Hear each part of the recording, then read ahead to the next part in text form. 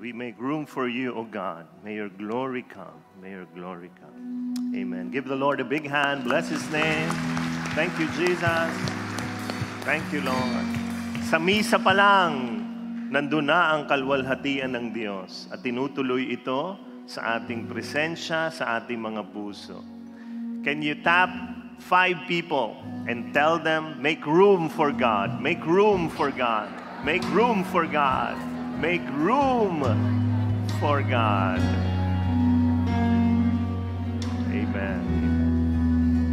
Let's make room for Him. Let us listen to Him. Let us allow Him to touch us so that we can bring home His miracle today. Amen. Let's pray in the name of the Father and of the Son and of the Holy Spirit. Amen. Let's pray our favorite prayer together. Today, I receive all of God's love for me. Today, I open myself to the unbounded, limitless, overflowing abundance of God's universe. Today, I open myself to God's blessings, healing, and miracles. Today, I open myself to God's Word, so I become more like Jesus every day. Today, I proclaim that I am God's beloved. I am God's servant. I am God's powerful champion. And because I am blessed, I am blessing the world. In Jesus' name, amen. Thy word is a lamp unto my feet and a light unto my path. Put your hands upon your heart, close your eyes, bow down your head. Lord, speak to us. We need you. We want you. Invade our hearts today with your glory. And we believe we are going to bring home your miracles in your name. In Jesus' name, amen. Thy word is a lamp unto my feet and a light unto my path. Give the Lord a big hand. Bless His name. Thank you, Jesus. Habang umuupo kayo, sabihin niyo sa mga katabi niyo, God will speak to you today. Welcome to our second episode. Grabe, kala nyo, walang episode sa mga ganito, ha? Meron. Second episode po ito ng ating brand new series entitled Messy Saints. Sabihin nyo nga, Messy Saints. Yan. I-request ko lang yung lights natin, masyadong malakas. Oh, parang kinukuha na ako ni Lord. Ha? Hinaan nyo konti. Oh. Nagpaputi ako buong linggo, ha? Today, I want to preach the message, the owner is in the house. Mamaya, madi-develop ko yan para makita nyo. Anong ibig sabihin ni brother? The owner is in the house. Last week, we said that 1 Corinthians, we are tackling 1 Corinthians. Tapang natin. Sabi nung pare, ang tapang ninyo. Pinag-uusapan yung isang Bible book na very critical. 1 Corinthians. We are tackling the 5 troubles in their church. The problems that they are having before, we are having still today. And we unpack the first problem. The first problem was division, which is usually about pride. And Paul's solution was simple.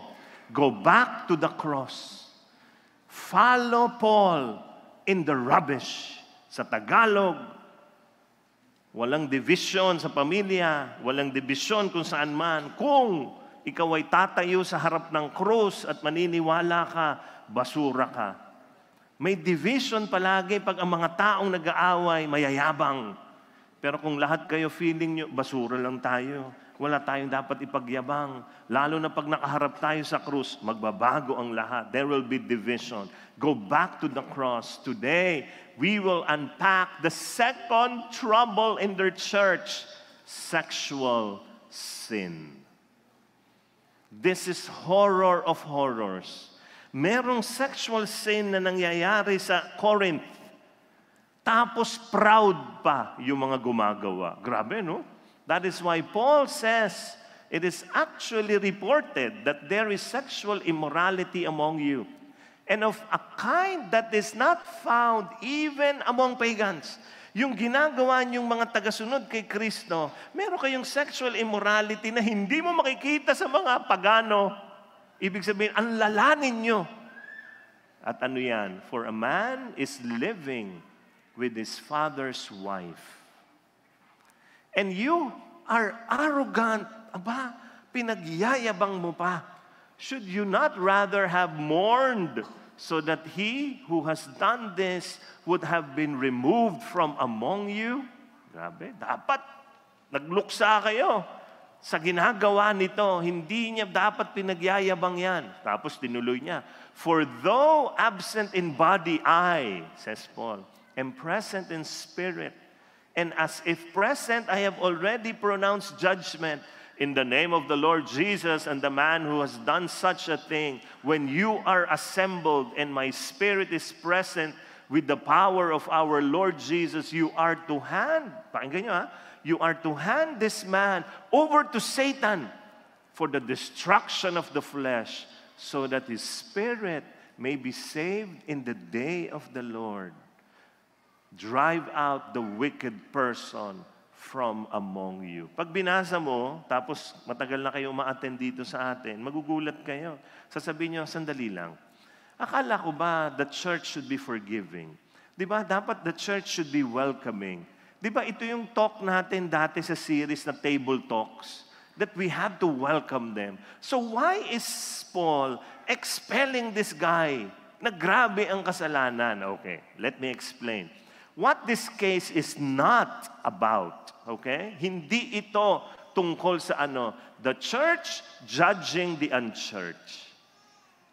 Some people misread this message of Paul. It's like a call to the church to condemn the immorality of the world, but this is wrong. We need to understand. Sino itong sinasabihan ni St. Paul? Hindi ho yan, hindi miyembro ng simbahan. Yan ay miyembro ng Corinth.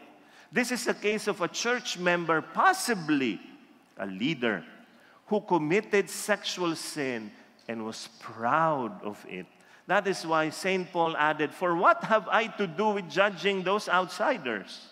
Yung mga nasa labas, hindi akin yan. God will judge those outside. So ang pinag-uusapan ay hindi yung mga hindi nila naturuan. Ang tinutumbok ni St. Paul, yung mga tinuruan natin, matitigas pa rin ang ulo. Second, this is not about judging any church member who sins, because we all sin. Everyone ho. Patingin lang ha, huwag kayong mahiya. Sino rito ang may kasalanan? Maliit o malaki, taas ang kamay. Ayan, tingnan niyo yung katabi niyo, pag hindi nagtaas ng kamay, lumayo-layo kayo dyan. Lahat ho ay may kasalanan, nagkasala. Even the Bible says in Proverbs 24:16, for a righteous man may fall 7 times. Righteous na ito. Banal na ito. May kasalanan pa rin yan. Tingnan niyo yung sarili niyong buhay. Di ba? Lumalabang ka pa rin sa dati mong paboritong kasalanan. Umaming kayo. Meron kayong paboritong kasalanan. Yung gustong-gusto mong ginagawa, kahit alam mo mali, binabalik, meron. Meron nga, simba ng simba, yung misis. Simba siya ng simba. Tapos, isang araw, nasa bahay siya, nagko-computer.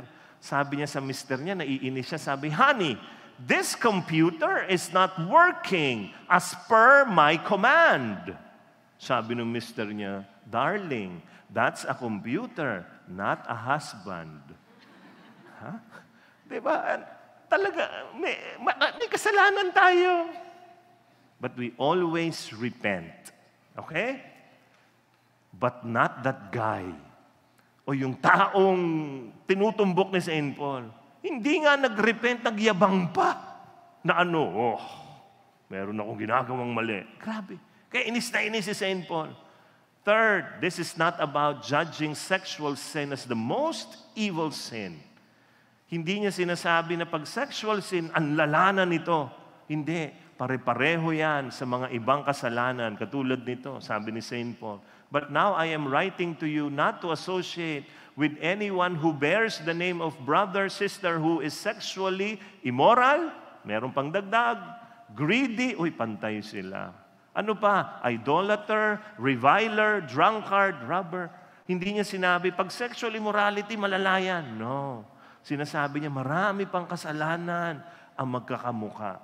May mga kaibigan, may pare, sinasabi nila, tayo, mga nangungumpisal, meron tayong paborito. Alam na nila. Bawat lugar. Naku, ito yung mga paborito ng mga tao dito. Ganyan. Pero alam mo, lahat sila itong sabi, walang nangungumpisal tungkol sa pagiging kuripot. Tingnan nyo katabi nyo. Wala daw, wala. Yung greedy, stingy, hindi namimigay. Ano sabi sa salita ni Saint? Anong sabi sa salita ni Saint Paul? Pareho yun, no? Sexual immorality, greedy. Magkakamukha, pantay-pantay. Kaya hindi porket ganon, mas malala na ang kasalanan niya sa'yo. No. So what is this case about? Ito po yan. This is about a very grave sin of an unrepentant member. Grave sin. Pareho nung iba. Makasalanan. Kaya lang hindi nagbabago. Actually, nagyayabang pa. So according to Paul, this sin, sleeping with a stepmother, was something even pagans abhor. Ang mga Romans, meron silang mga malalang kasalanan. Ito, hindi nila ito ginagawa. Grabe, no? Hindi nila ginagawa. It is considered incest. And he says in shock, sabi ni Saint Paul, and you are arrogant? Aba, nagyabang pa. Pinagyabang pa ang kasalanan. May mga ganyang lalaki. Pagka kinonfront mo na tungkol sa pambababae, ngingiti. Alam mo naman. Ganun, no? Sayang. Sensya na. Ganito talaga. Wapo. Sayang naman kung, di ba, isa lang. Diba? Sayang. Pinagyayabang pa. Pinag-aagawan ako ng mga babae. Daming ganun. Before we go to the second point, let us read again Paul's harsh response. Anong sabi niya? You are to hand this man over to Satan for the destruction of the flesh, so that his spirit may be saved in the day of the Lord. Anong sabi dito? Saint Paul was not condemning him to hell. Ha? Bakit? Because in the end, he still wants him to be saved. Tingnan niyo yung sabi. Sa huli, maliligtas siya. This is how we think it means. Handing someone to Satan could mean allowing a sinner to hit rock bottom so that he wakes up and repents. Payagan mo, pag lumalay ang kasalanan niya, bumabalik yan sa kanya Mali. Babaksak yan. Sana matauhan. Para sa huli ng kanyang hininga, nagbago na siya. Can I see the hands of parents? Yan, very proud. Are you proud of your children? Yes? Please, parents, let me give you one more parenting tip. Please, do not rescue your children from the consequences of their wrongdoings. Yung anak mo, uuwi ng bahay. Tingnan niyo ako. Sabi niya, Mommy, I am so tired. I have a lot of things to do. But we still have a project. Pagod na pagod. Can you do it for me? Ikaw naman, di ba? Parang, kawawa yung anak ko. Pag hindi ito ginawa, babaksak siya. Pag bumaksak siya, repeater. Ako rin magbabayad. O sige anak, go in your room and rest. I will do your project. Anong project? Munggo. Naalala niyo yung munggo? Naalala niyo? Diba? Yung gagawa ka ng kung ano-anong itsura, pero munggo lahat.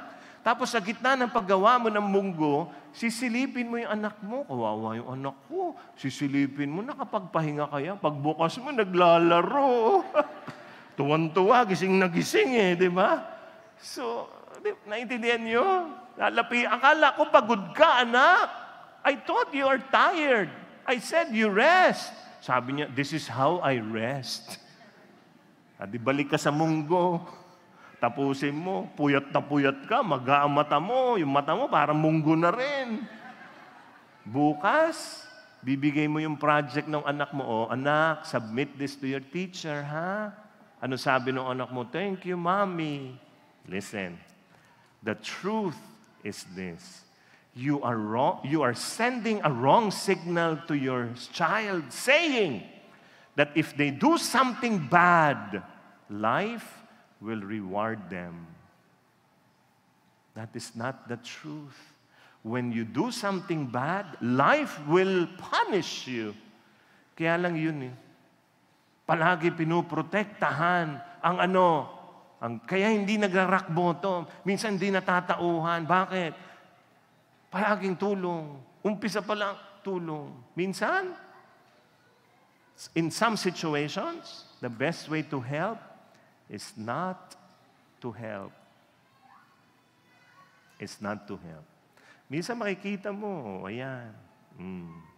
Sige, tingnan natin. Tatauhan yan. Dinala yung kotse.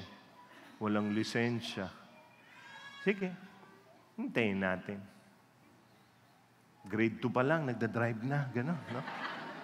Hintayin natin. So pag-isipan niyo, how do I parent my children? Ha? Baka sobrang...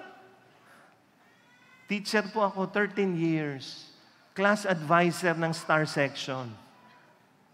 Yung mga class advisor ng mga hindi Star Section, mga kaibigan ko, nagre-reklamo.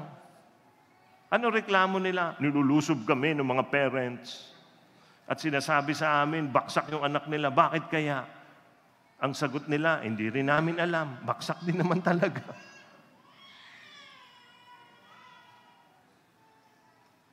Star Section. Anong reklamo ng mga parents sa akin? Ba't di mataas ang grade ng anak ko? Sobrang protect. Kaya tuloy yung anak, spoiled. Ano sa Tagalog ang spoiled? Panis! Gusto niyo bang panis ang anak niyo? Again, you are sending a wrong signal telling your children when they do bad, life will reward them. That is not what life will do to them. When they do bad, life will punish them. Sometimes, kailangan mo makita, baksa ka tuloy. Hindi mo ginawa eh. Ganyan talaga. Alam niyo, pinagdinilayan ko ito kung kukwento ko sa inyo eh. Ganito akong teacher, o baka nandito ka, estudyante kita. Sa Lasal, ang submission ng grades, sabay-sabay. Meron akong oras. I have a time na 1 hour yata dito sa room na to. Lahat ng estudyante ko pupunta dyan. Tapos, iisa-isahin ko yan. Section muna nito. Okay? O, kayo muna. Tapos iisa-isahin ko yung pangalan. Pag nandiyan ka, abot ko na sa'yo. Pag wala, lalagay ko sa likod. Pagbaksak ka, sasabihin ko ang pangalan mo, tapos igaganyan ko sa lamesa ko. Pag ginanyan ko, you stay. Maghintay ka. Unless, lumapit ka, sir, kukunin ko na, baksak na ako talaga. Okay, gano'n, alis na yan. Kasi kukunin niya naman yung grade niya sa iba eh. So, ganyan. Pagka wala na lahat, ang natira na lang na nakaupo, yung mga baksak na nandoon. Sasabihin ko sa kanila, okay, isa-isa kayo, lapit ha. Ito yung class record. Buksan ko. Usap tayo. Okay? Kasi alam mo yung mga mukha nila, baksak sila, di ba? Simple nung subject, religion, baksak. Di ba? Para, gano'n. Huli ka. Tawagin ko siya. Ganyan. Tapos magmamakaawa. Sir, dagdagan mo naman yung grade ko. Siyempre, di ba? Sige, tingnan natin. Tingnan mo grade mo. Saan ako pwede magdagdag dyan? Sir, yung project. Project mo. Ilan yan? Yan lang. Sige. Gawin kong 100 project mo. Kunyari, pagsasubmitting kita, bukas o next day, 100 na yan, computein mo. Compute. Baksak pa rin. Sure naman. O sige, ito lang ang pwede kong dagdagan ha. Project at saka yung mga recitation. O sige, 100 na rin yung recitation. 100, compute. Baksak pa rin. So pag ginanyan ko yung baksak ka talaga.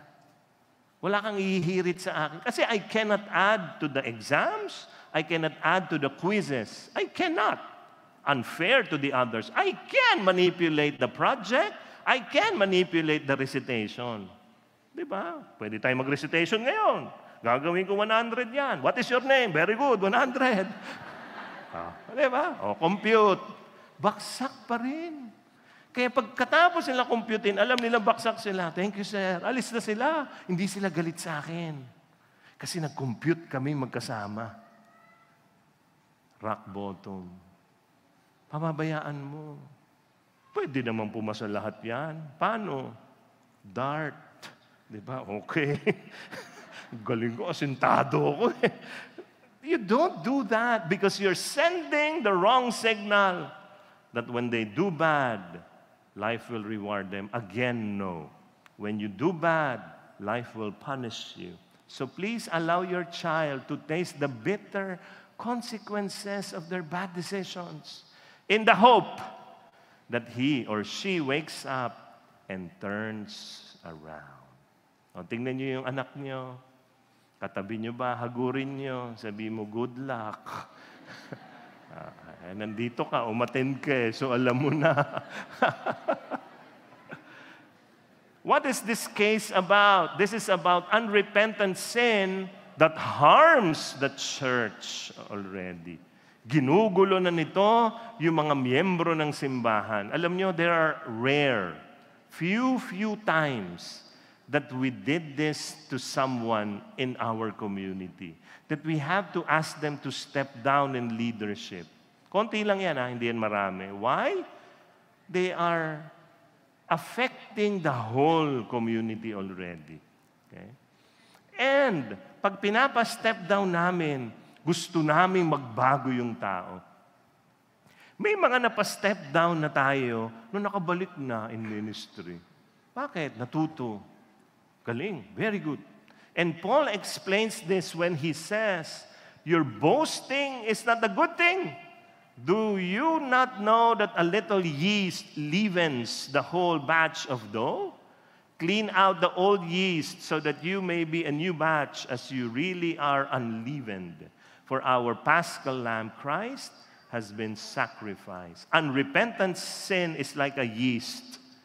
It affects the entire dough.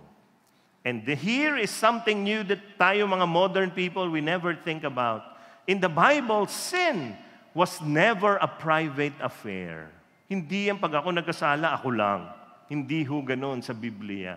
Which is very, very true if you really think about it. Kasi ngayon, akala natin pag nagkasala ka, ako lang, wala namang nakakakita. Doon lang ako sa kwarto ko. I am alone. Diba? This is my personal business. None of your business.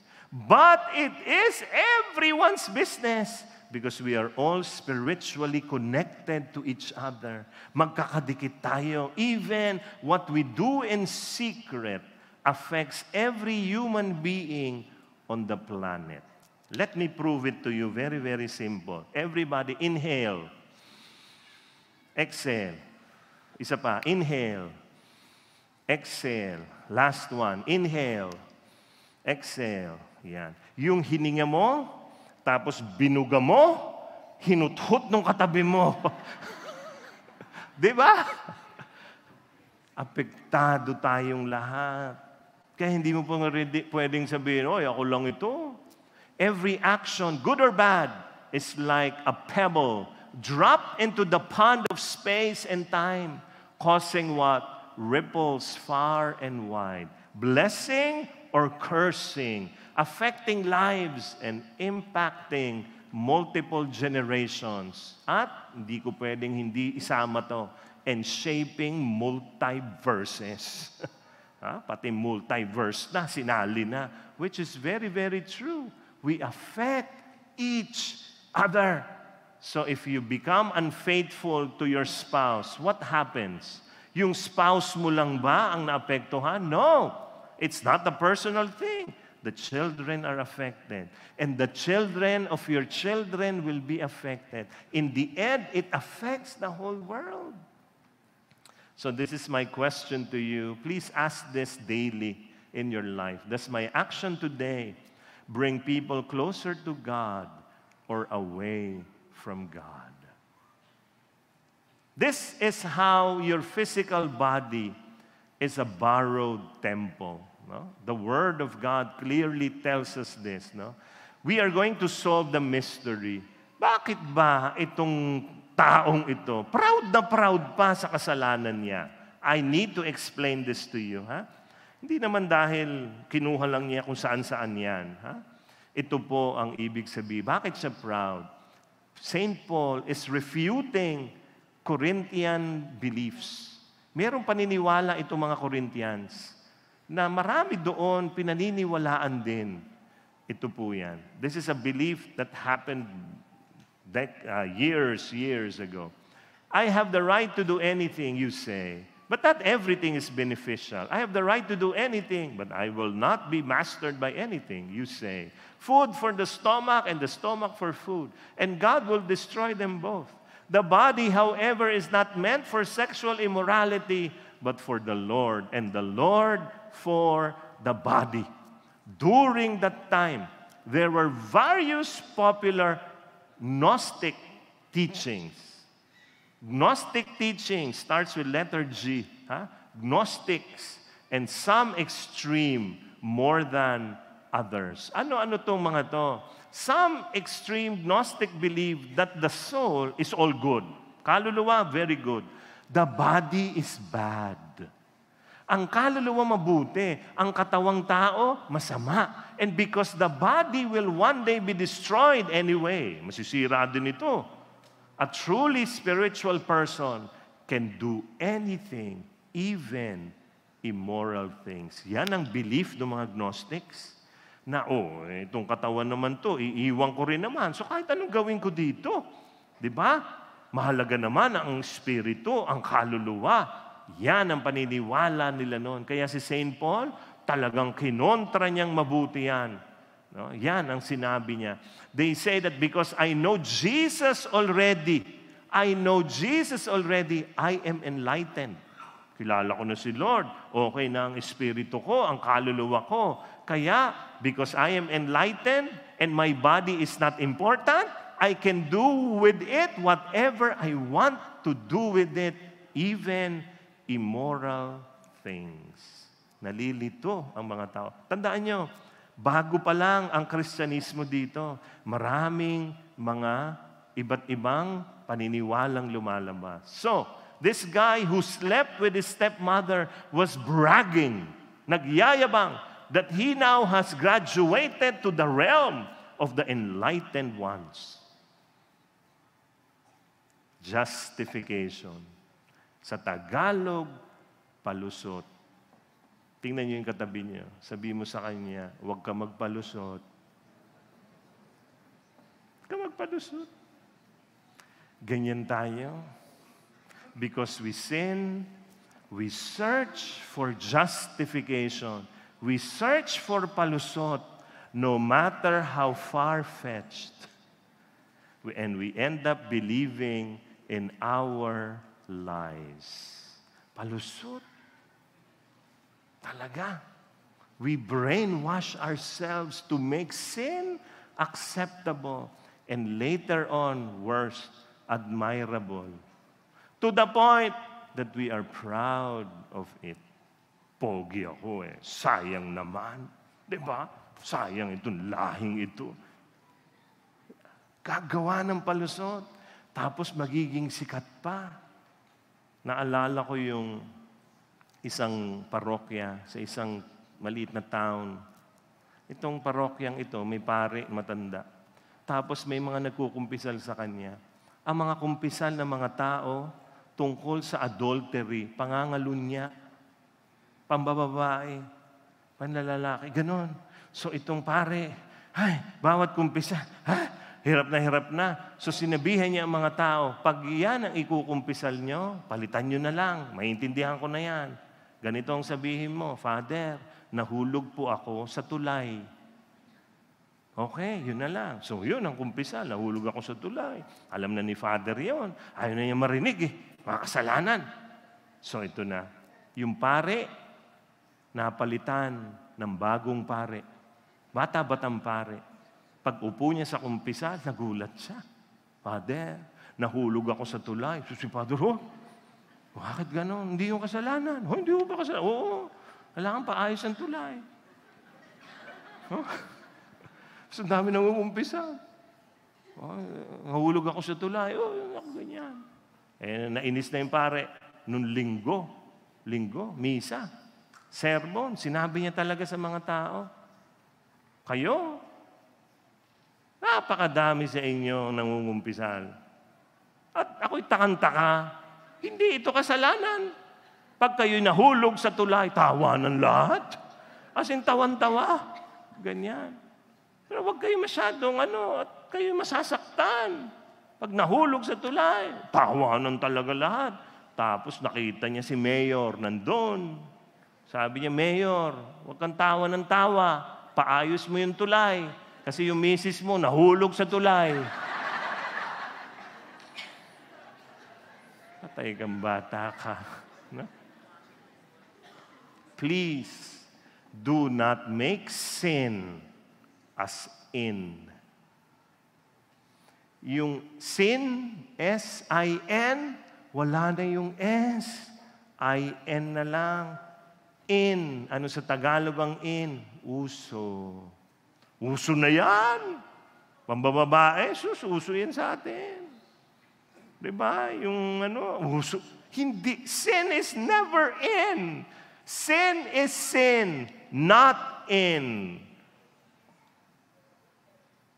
Call sin as sin. Kasi hindi yan nagiging uso. It destroys everyone. And Paul showed this wrong, insane beliefs to them. And he said, our bodies are important to God. Sabi niya, mahalaga ito. Mahalaga ito. At sabi nga niya, aakyat din tayo nito. Kasama itong katawan pag bumalik na si Kristo. Sabi niya, do you not know that your bodies are members of Christ Himself? Shall I then take the members of Christ and unite them with a prostitute? Never! Do you not know that he who unites himself with a prostitute is one with her in body? For it is said that two will become one flesh. But whoever is united with the Lord is one with Him in spirit. And with the very strong words, St. Paul says these words. Ito ang sabi ni St. Paul sa kanila. Flee from sexual immorality. All other sins a person commits are outside the body, but whoever sins sexually sins against their own body. Do you not know that your bodies are temples of the Holy Spirit, who is in you, whom you have received from God? You are not your own. You were bought at a price. Therefore, honor God with your bodies. Tapikin nyo nga yung katabi nyo, lakasan nyo, sabi mo, honor God with your body. Go. And you need to know this, that you don't own your body. You are God's house. You don't own it. You are God's house. Ito ay hiram lang. Kaya the owner is in the house. Diba? Lalaine has been saying, the glory of God, which the heavens cannot contain, decided one day, I will go into your hearts. I will live there. Diyan ako titira. Kaya, honor God with your body. Can we all stand, everyone? Let me show this to you through this object lesson. Thank you.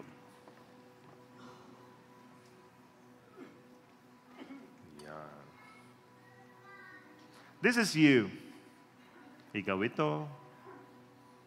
This is your life, your body. This is Jesus. This is sin.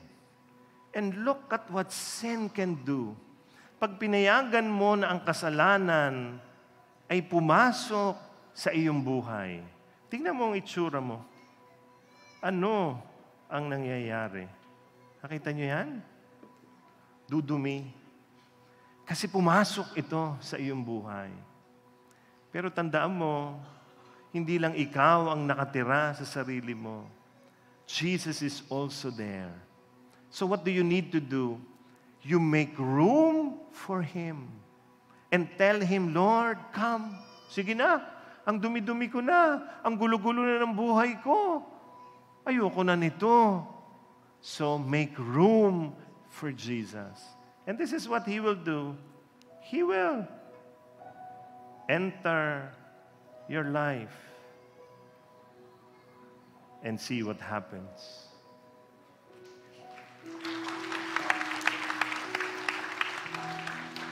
He will cleanse your life because He's the owner.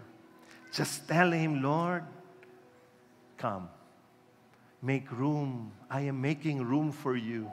Pasok si Lord. Talo ang kasalanan. Siyempre, ang kasalanan, papayag ba? Hindi. Lalaban yan. Kaya alam niyo kung gaano ka makapangyarihan si Jesus na kahit na, yan, no? Kahit anong gawin niya, kahit anong gawin ng kalaban, hindi niya kaya si Jesus.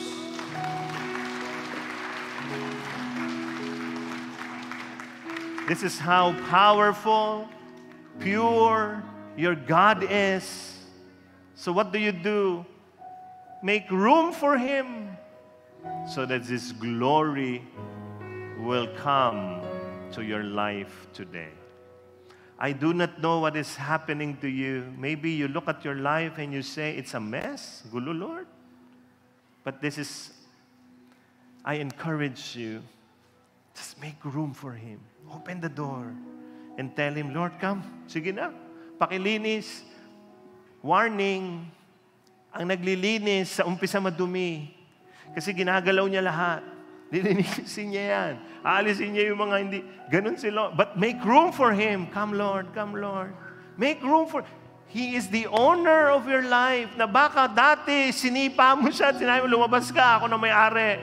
Wala na nangyayari. Ang gulo-gulo na eh. Kasi ikaw may-ari. Hindi ikaw may-ari. Nakikigamit ka lang. Make room for Him.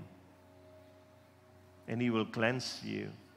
That is why our prayer will always be a prayer of asking God for healing, for cleansing us, asking God, Lord, come, heal me, Jesus. Put your hands upon your heart. Close your eyes, bow down your head. God is here. He cares for you. He loves you. He wants to fix you. But you have to make room for Him and tell Him, Lord, I am broken. I need you. Lord, I want you in my life. And let His glory invade your life today. You will be surprised. Many people who has been here at the feast prayed this prayer, and it changed their lives forever. Very simple prayer of telling God, Lord, I will make room for you in my life. God is here.